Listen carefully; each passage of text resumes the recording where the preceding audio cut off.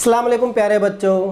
Brown Mumbai महानगर पालिका शिक्षण विभाग MCGM ऑनलाइन वर्चुअल क्लास में आप सभी का इस्तकबाल है, स्वागत है। मैं हूं आपका मुअल्लिम शम्स तबरेज़।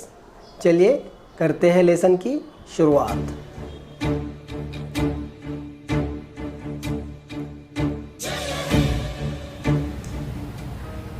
अस्सलाम वालेकुम, कैसे आप लोग?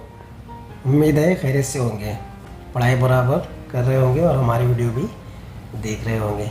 चलिए शुरू करते हैं आज का हमारा सेशन। जैसा कि आप लोग जानते हैं, हिंदी लोकवाणी 10वीं कक्षा के लिए, माध्यम उर्दू, कक्षा 10वीं, विषय हिंदी, इकाई है हमारी पहली। और आज जो हम पाठ पढ़ने वाले हैं वो पाठ है अनोखे राष्ट्रपति। अनोखे राष्ट्रपति का ये भाग पहला है, यानी कि पार्ट 1 है। और इसके लेखिका है महादेवी वर्मा जी। महादेवी वर्मा जी ने ये पाठ लिखे हैं। मैं हूँ आपका शिक्षक शम्स तबरेज़। चलिए शुरू करते हैं आज का हमारा लेसन।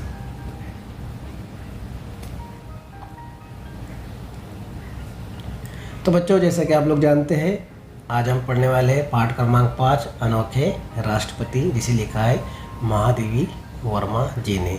आइए महादेवी वर्मा जी का परिचय कर लेते हैं। महादेवी वर्मा जी का जन्म हुआ था 1907 फर्रुखाबाद उत्तर प्रदेश में। इनकी मृत्यु हुई 1987 इलाहाबाद उत्तर प्रदेश में।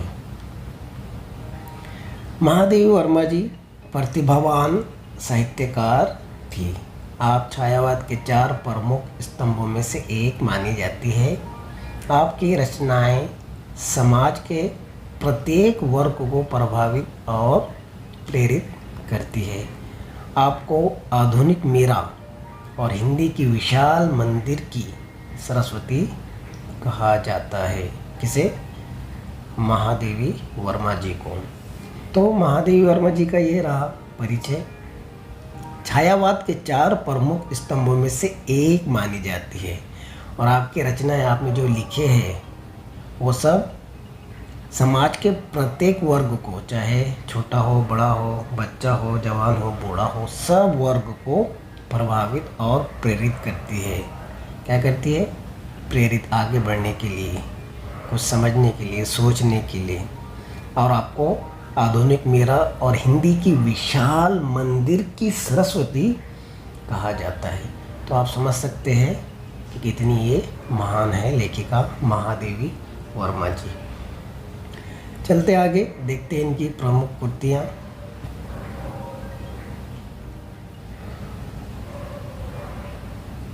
महादेवी वर्मा जी, ये रही उनकी प्रमुख कृतियाँ, जैसे कि आपको स्क्रीन पे दिख रहा है। निहार, रश्मि, संध्या गीत, कविता संग्रह, ये संकलित श्रृंखला की कड़ियाँ, निबंध है, पद के साथी, मेरा परिवार, अतीत के चलचित्र, रेखाचित्र आदि। ये तमाम उनकी रचनाएं, प्रमुख कृतियाँ हैं। इन्होंने ये सब लिखी है। एग्जाम्पल के तौर पर आपको यहाँ पर दी हुई है। इसके अलावा उन्होंने बहुत सारी रचनाएं की है, बहुत सारे टॉपिक पर उन्होंने लिखा है। तो ये थी इनकी प्रमुख कृतियाँ, किसकी? महादेवी वर्मा जी की। चलिए बढ़ते आगे और देखते हैं इस पाठ से हमें क्या सीखने के लिए मिलेगा और इस पाठ में हमारे लिए क्या है।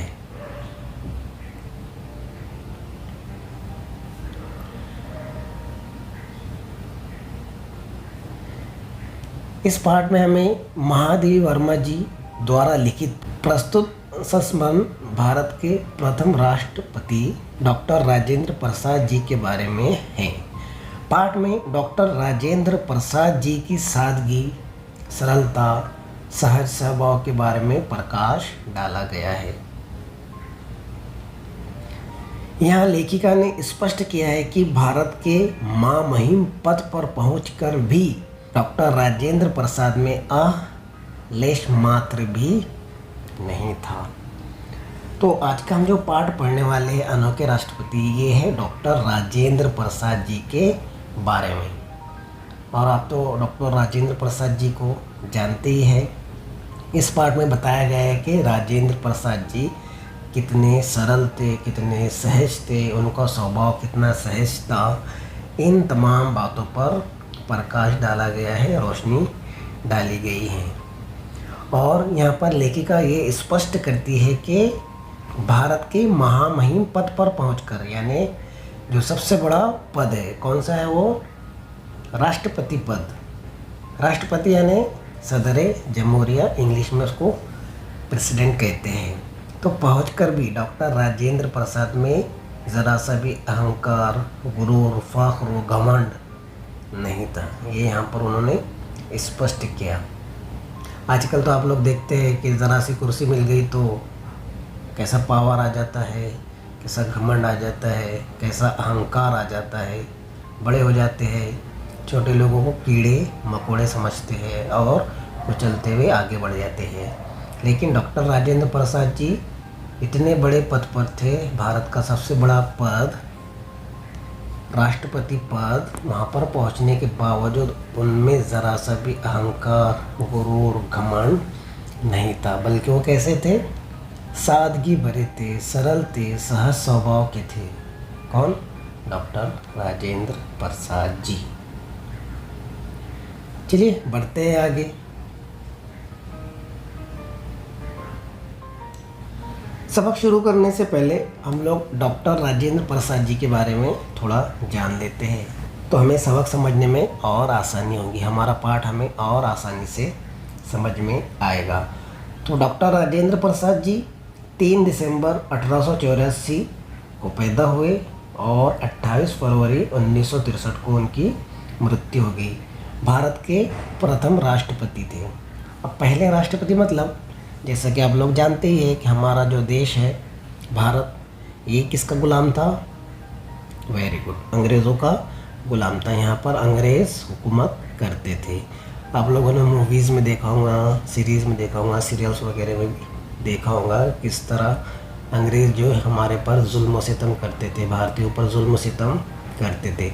और इससे पहले भारत पर कई लोग हुकूमत कर चुके थे और उसके बाद अंग्रेज़ हुकूमत यहाँ पर आई और अंग्रेज़ों ने धीरे धीरे हमारे मुल्क पर कब्ज़ा कर लिया और हमको उनका गुलाम बना दिया। हमें आज़ादी नहीं थी, कहीं जाने की आज़ादी नहीं थी, बोलने की आज़ादी नहीं थी, कुछ करने की आज़ादी नहीं थी। तो भारत को आज़ादी दिलाने में बहुत सारे रहनुमाओं ने हिस्सा लिया। गांधी जी, महात्मा गांधी जी, पंडित जवाहरलाल नेहरू, डॉक्टर बाबा साहेब अम्बेडकर, राजेंद्र प्रसाद जी, मौलाना अबुल कलाम आज़ाद, ऐसे बहुत से लोग थे जिन्होंने आज़ादी की लड़ाई में हिस्सा लिया। कुछ लोगों ने अपनी जान की कुर्बानियाँ दी, तब जाकर ये देश आज़ाद हुआ। अब जब देश आज़ाद हो गया तो उसको चलाने के लिए एक हुकूमत चाहिए, प्रॉपर निज़ाम चाहिए, बराबर ना? तो उसके बाद फिर क्या हुआ? हुकूमत बनी। तो सबसे पहले जो हमारे आज़ाद भारत के प्रधानमंत्री थे वो थे पंडित जवाहरलाल नेहरू, और पहले राष्ट्रपति थे जिनके बारे में हम पढ़ रहे हैं डॉक्टर राजेंद्र प्रसाद जी। ये आज़ाद भारत के पहले राष्ट्रपति थे और ये अलग अलग समय में कुल 12 सालों तक ये राष्ट्रपति रहे। और ये एकलौते ऐसे राष्ट्रपति है, ऐसे इंसान हैं जो 2 बार राष्ट्रपति बने हैं। उनके बाद अभी तक कोई भी 2 मर्तबा राष्ट्रपति यानी कि सदर जमहूरिया नहीं बना। तो बच्चों, मेरा आपसे सवाल है, मुझे ये बताइए कि अभी 2021 चल रहा है, अभी हमारे भारत के राष्ट्रपति कौन हैं? जी हाँ, आप लोगों ने सही सुना। वर्तमान समय में भारत के राष्ट्रपति है रामनाथ कोविंद।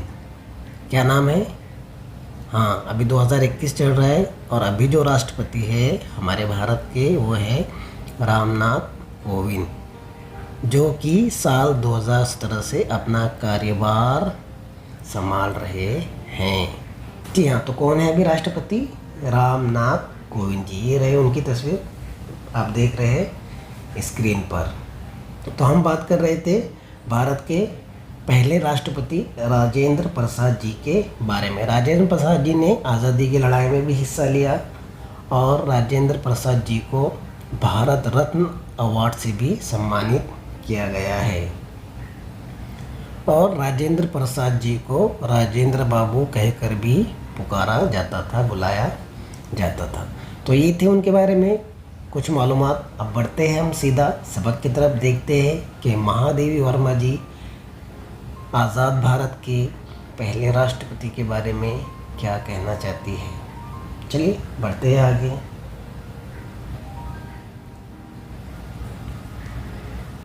चलिए करते हैं पाठ की शुरुआत। महादेवी वर्मा जी कह रही है, राजेंद्र बाबू को मैंने पहले एक सर्वथा गद्यात्मक वातावरण में ही देखा था, परंतु उस गद्य ने कितने भावात्मक क्षणों की अटूट माला होती है ये बताना कठिन है। क्या कह रही है महादेवी वर्मा जी के, राजेंद्र बाबू को मैंने पहले एक सर्वथा यानी बहुत गर्दी वाले माहौल में मैंने उनको देखा था, लेकिन वहाँ पर कैसी अटूट माला होती थी उस समय ने ये बताना बड़ा ही कठिन है, मुश्किल है, ऐसा कह रही है महादेवी वर्मा जी। अब आगे कह रही है, मैं प्रयाग में बीए की विद्यार्थी थी और शीतावकाश में घर भागलपुर जा रही थी। पटना में भाई के मिलने की बात थी, अतः स्टेशन पर ही प्रतीक्षा के कुछ घंटे व्यतीत करना पड़े। सबक की शुरुआत हो गई है। क्या कह रही है महादेवी वर्मा जी कि मैं बीए की बैचलर ऑफ आर्ट, जैसे कि आप लोग जानते हैं कि विद्यार्थी थी और सर्दियों के मौसम में भागलपुर जा रही थी।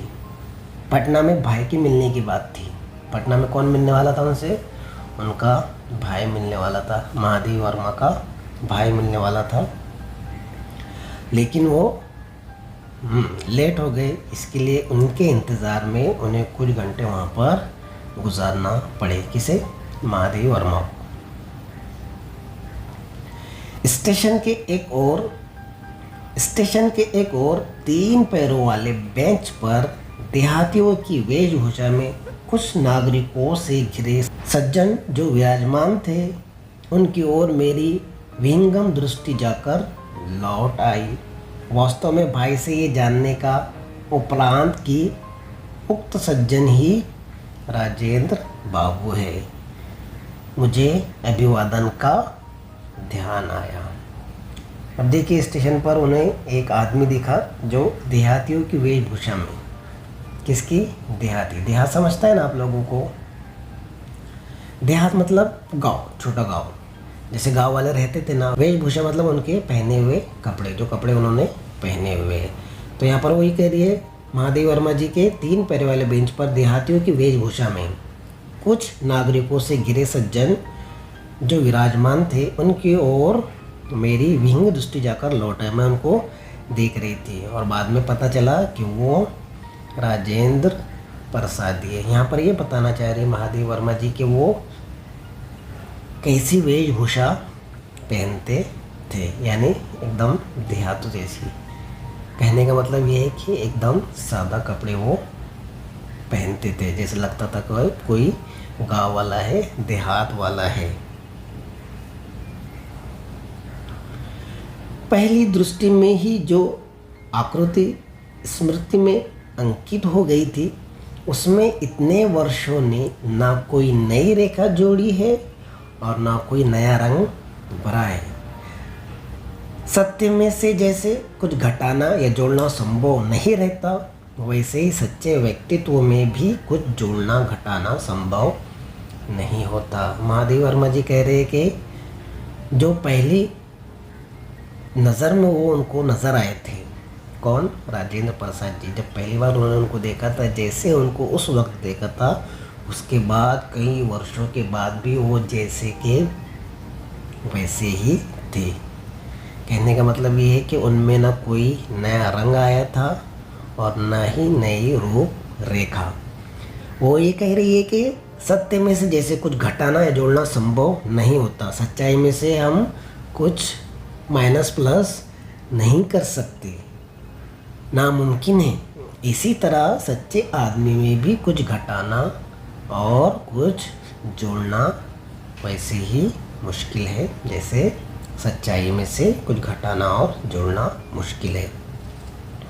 तो यहाँ पे उनके व्यक्तित्व की वो बात कर रही है कि वो कैसे व्यक्ति थे। जिस तरह उनको पहली नज़र में वो दिखे थे, जिस तरह पहली बार वो मिले थे, आज भी वो उसी तरह के व्यक्ति है। उनका स्वभाव वैसा ही है। भले ही बड़े पद पर चले गए हो, राष्ट्रपति बन गए हो, लेकिन आज भी वो एकदम सादा ही ज़िंदगी गुजारते हैं और अच्छे से ही मिलते हैं। उनके अंदर ना कोई घमंड है, ना गुरूर है, ना अहंकार है, ना कुर्सी को उनमें कोई पावर आया है कि मेरे पास अब कुर्सी है, मैं राष्ट्रपति बन गया हूँ, मैं ऐसे छोटे लोगों से बात नहीं करता।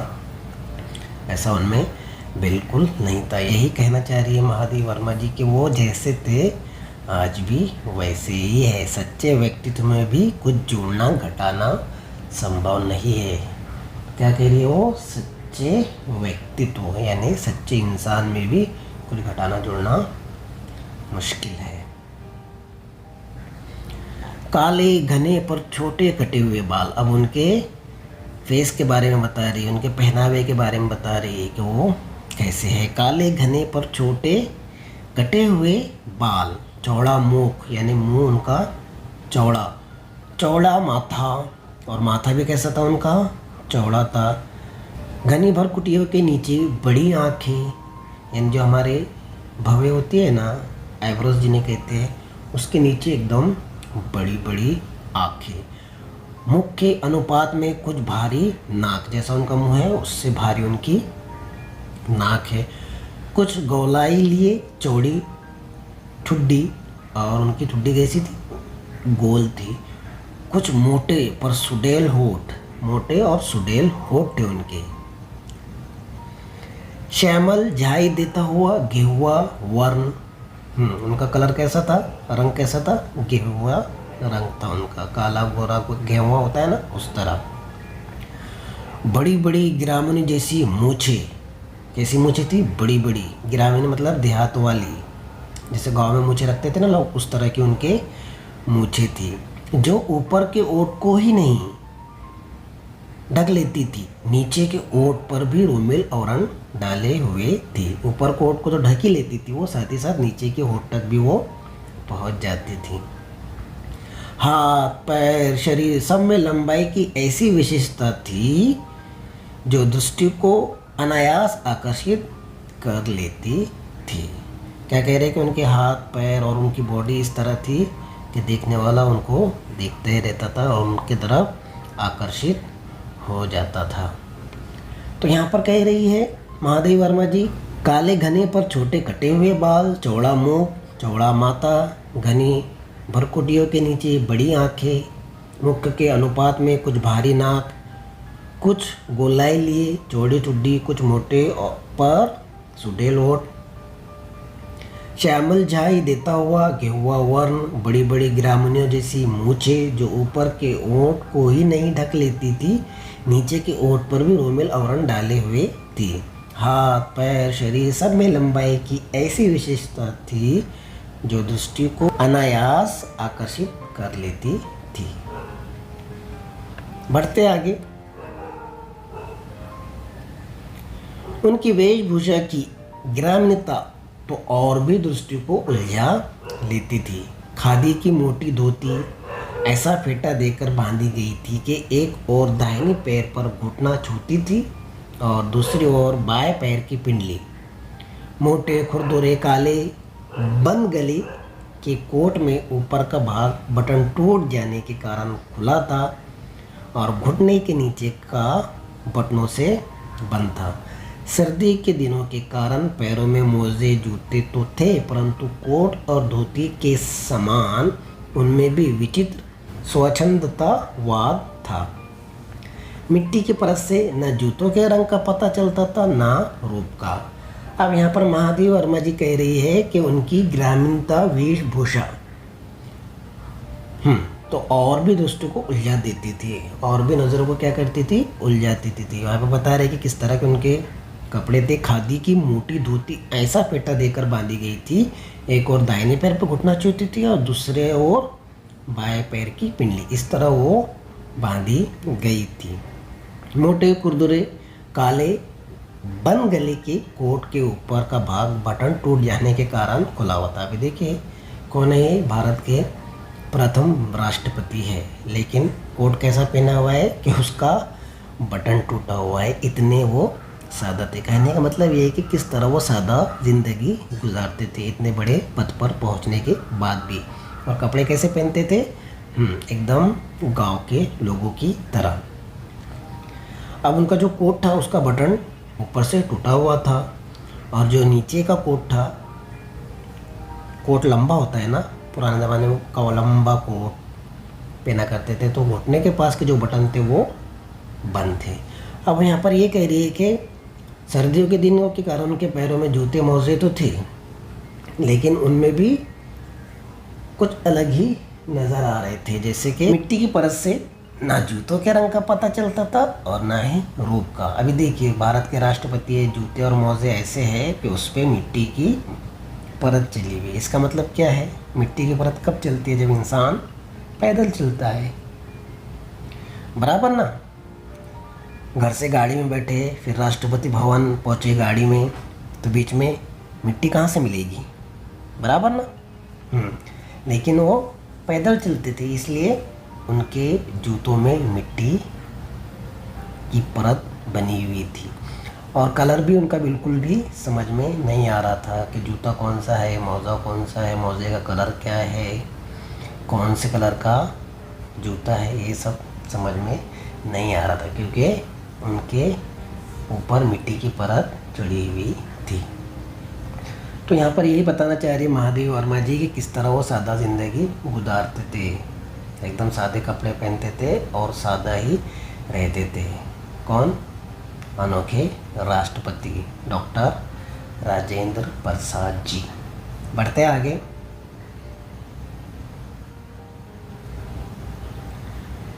अभी देखिए आगे बता रहे महादेवी वर्मा जी, गांधी टोपी की स्थिति तो और भी विचित्र थी। उसकी आगे की नोक बाई भौं पर खिसक आई थी और टोपी की कोर माथे पर पट्टी की तरह लिपटी हुई थी। देखकर लगता था मानो वो किसी हड़बड़ी में चलते चलते कपड़े पहनते आए हैं। अतः जो जहाँ जिस स्थिति में अटक गया वो वहीं उसी स्थिति में लटका रह गया। अब उनकी गांधी टोपी के बारे में बता रहे, गांधी टोपी पहनते थे। गांधी टोपी मतलब जो गांधी जी टोपी पहना करते थे, बाद में तमाम लोग उस तरह की टोपी पहनने लगे जो राजनीति में थे। तो ये भी गांधी टोपी पहनते थे डॉक्टर राजेंद्र प्रसाद जी, और उनकी टोपी इस तरह विचित्र थी कि उसके आगे की नोक बाएं भौं पर खिसक आई थी और टोपी की ओर माथे पर पट्टी की तरह लिपटी हुई थी। देखकर लगता था, उनको देखकर कैसा लगता था कि मानो वो किसी हड़बड़ी में चलते चलते कपड़े पहनते आए हैं। ऐसा लगता है कि चलते चलते कपड़े पहनते आए हैं। जो जहाँ था, जिस जगह में अटक गया था, वो उसी जगह में था।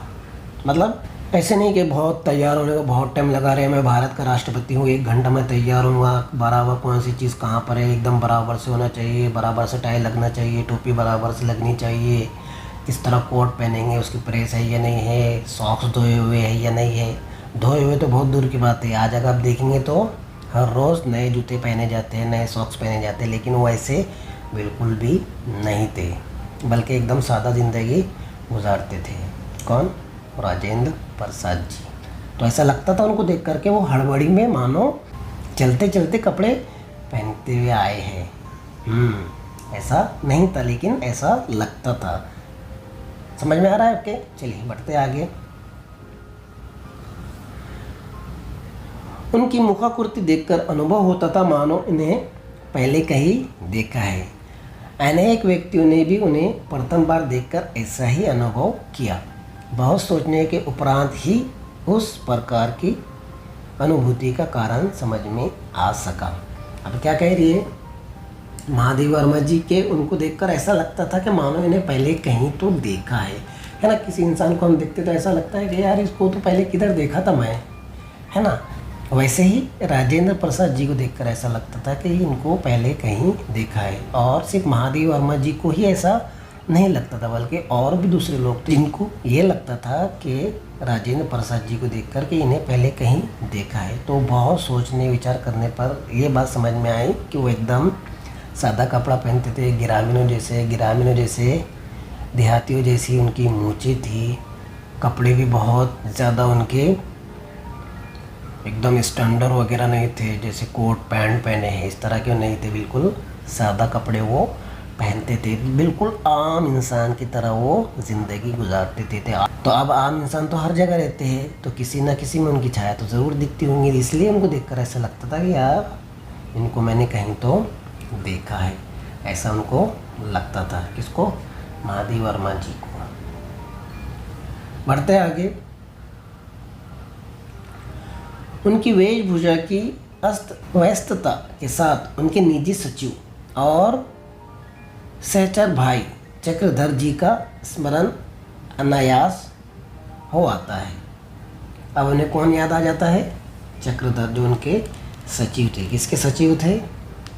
डॉक्टर राजेंद्र प्रसाद जी के सचिव, मतलब कि पर्सनल असिस्टेंट रहते हैं ना, पीए, जो उनका सब ध्यान ख्याल रखते हैं, कब कहाँ जाना है, कब किसके साथ मीटिंग है, कब किससे बात करनी है, कब क्या करना है, पूरा ध्यान ख्याल जो रखते हैं ना। तो उनके यहाँ पर उनको याद आ गई जब मौज़ों में से 5 उंगलियां बाहर निकलने लगती। जब मौज़ों में से 5 उंगलियां बाहर निकलने लगती, क्या मतलब है इसका? कि वो राजेंद्र प्रसाद जी कितना उसको इस्तेमाल करते थे। ऐसा नहीं है कि रोज़ नए सॉक्स, बल्कि सॉक्स को इस तरह इस्तेमाल करते थे कि वो फट तक जाता था। इतने दिनों तक उसको वो इस्तेमाल करते थे। ऐसा नहीं है कि बस हर रोज़ नया सॉक्स, हर रोज़ नया जूता, ऐसा नहीं, बल्कि पूरी तरह उसको इस्तेमाल करते थे, यहाँ तक कि वो फट जाता था, उसमें से उंगलियां बाहर निकलने लगती थी। इसके बाद आगे कह रही है, जब जूते के तले पैर के तलवों में गॉक्स बनने लगते थे, यानी जब उनके जूते भी फट जाते थे नीचे के तलवे। जब धोती, कुर्ते, कोट आदि का खद्दर अपने मूल ताने बाने में बदलने लगता। कौन? धोती, कुर्ता, कोट भी इतना वो इस्तेमाल करते थे कि उसके ताने बाने में बदलने लगता था, यानी इतना वो उसको इस्तेमाल करते थे। कहने का मतलब ये है कि वो उसको बहुत इस्तेमाल करते थे कपड़ों को। ऐसा नहीं है कि रोज़ नए नए कपड़े पहनते थे, बल्कि जो पुराने कपड़े हैं उनको ही वो पहन कर अपनी ज़िंदगी गुजारते थे, यहाँ तक कि वो फट जाए तब चक्रधर इस पुरातन सच्चों को अपने लिए सहज लेते थे। तो वो क्या करते थे? कौन?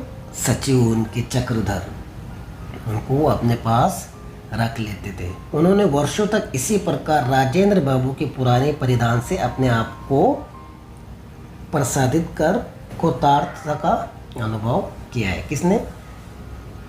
चक्रधर जी ने, जो कि राजेंद्र प्रसाद जी के सचिव थे।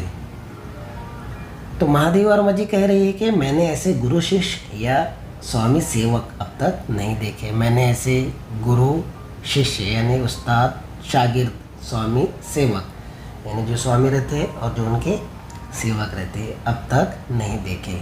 कौन? यहाँ पर स्वामी कौन थे? राजेंद्र प्रसाद जी थे। और सेवक कौन थे? चक्रधर। गुरु कौन थे? राजेंद्र प्रसाद जी। और शिष्य कौन थे? चक्रधर। वो किस तरह उनके फटे पुराने कपड़ों को संभाल कर रखते थे। कब रखता है ऐसा कोई? जब वो अपने स्वामी को, अपने गुरु को बहुत दिल से चाहता है, उनकी इज्जत करता है। और क्यों ना करे उनकी इज्जत, क्योंकि वो थे ही इतने सरल स्वभाव के, सहज स्वभाव के, सबको साथ में लेकर चलने वाले। बराबर से समझ में आ रहा है आपके? तो बच्चों, यहाँ पर होता है हमारा पाठ पहला ख़त्म। वक्त हमारे पास कम है। मुझे उम्मीद है आज का ये लेसन का जो पार्ट 1 है ये आपके समझ में आया होगा। तो बच्चों, वीडियो पसंद आया तो वीडियो को लाइक कीजिए, शेयर कीजिए। चैनल को सब्सक्राइब नहीं किए तो चैनल को सब्सक्राइब कर लीजिए। मिलते हैं नेक्स्ट वीडियो में, तब तक के लिए अपना ख्याल रखिए। नेक्स्ट वीडियो में हम इसका पार्ट 2 पढ़ेंगे। चलिए मिलते हैं नेक्स्ट वीडियो में, तब तक के लिए टेक केयर। तो बच्चों, मुझे उम्मीद है आपको आज का लेसन पसंद आया होगा। आज की वीडियो में बस इतना ही। मिलते हैं हम नेक्स्ट वीडियो में, तब तक के लिए अल्लाह हाफिज़।